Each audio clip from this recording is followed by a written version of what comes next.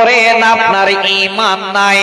নবী বলছেন ওয়া রাফিয়াল আখার, এই হায়া লজ্জা নামক বস্তু তোমার কাছে থাকবে না, এমনিতেই লজ্জা তোমার কাছে বিদায় নিয়ে নেবে। যদি তোমার লজ্জা না থাকে তাহলে তোমার ঈমান থাকবে না, ঈমান তোমার কমে যাবে, চলে যাবে। তাহলে এই লজ্জার সঙ্গে ঈমানের একটা গভীর সম্পর্ক রয়েছে। দেখবেন যারা ঈমানদার তারা বড় লাজুক হয়, যাদের ঈমান দুর্বল তাদের লজ্জা বলে দুনিয়ায় কিছুই থাকে না। ঈমান যদি না থাকে লজ্জাকে ধরে রাখতে পারবেন না, এমনিতেই লজ্জা পালিয়ে যাবে।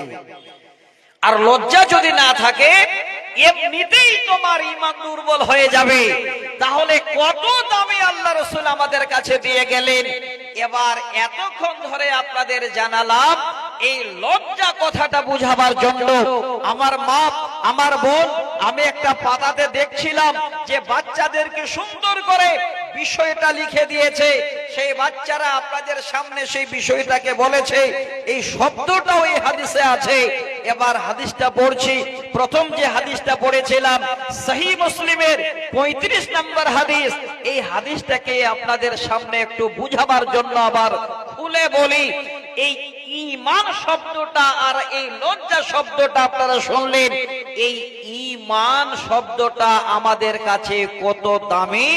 এই ঈমানের শাখা প্রশাখা আল্লাহ রাসূল কতগুলো বলেছে।